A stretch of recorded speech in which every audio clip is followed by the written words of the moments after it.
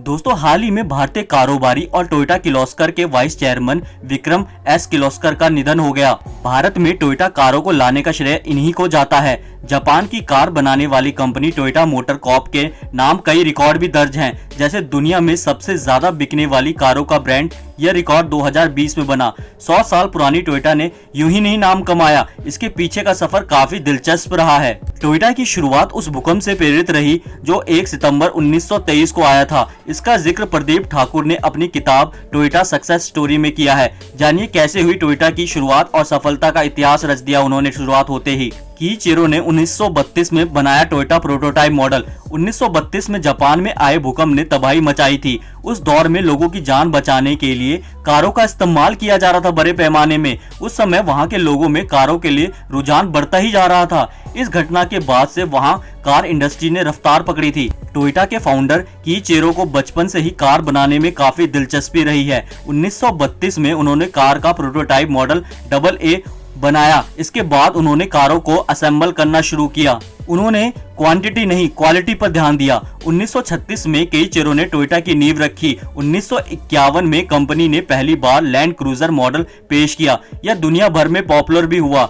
यह वो दौर था जब कंपनी हर माह मात्र 500 कारों का उत्पादन कर पा रही थी। टोयोटा ने अपनी शुरुआती दौर में कारों की मैन्युफैक्चरिंग से ज्यादा उसकी क्वालिटी पर फोकस किया। इसके साथ ही गाड़ियों की लागत को कम से कम रखने का भी ध्यान दिया। नतीजा धीरे धीरे टोयोटा एक बड़े ब्रांड के तौर पर उभरा। साल दर साल उत्पादन बढ़ा और टोयोटा ब्रांड पूरे देश में फेमस होता गया। जब बारी आई टोयोटा कंपनी के एम्प्लॉय को निकालने की, तो उसके बाद हड़ताल भी शुरू होने लगे टोयोटा कंपनी के लिए।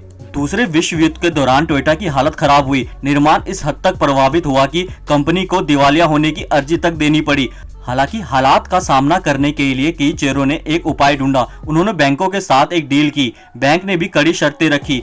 खर्च को घटाने के लिए टोयोटा को छटनी करनी पड़ी। इससे कर्मचारियों में गुस्सा बढ़ा और उन्होंने हड़ताल शुरू कर दी। करीब 2 महीने हड़ताल चली। इसके बाद कंपनी के मैनेजमेंट ने बदलाव किया थोड़ा सा अपने पॉलिसी में, और यह दौर कंपनी के लिए सबसे मुश्किल रहा। हालात को सुधारा गया। इस बीच अमेरिका समेत कई देशों में मिलिट्री ट्रक की मांग बढ़ने लगी। कंपनी ने इस मौके को बिना गवाए कई शहरों में आउटलेट खोले, निर्माण को बढ़ा दिया।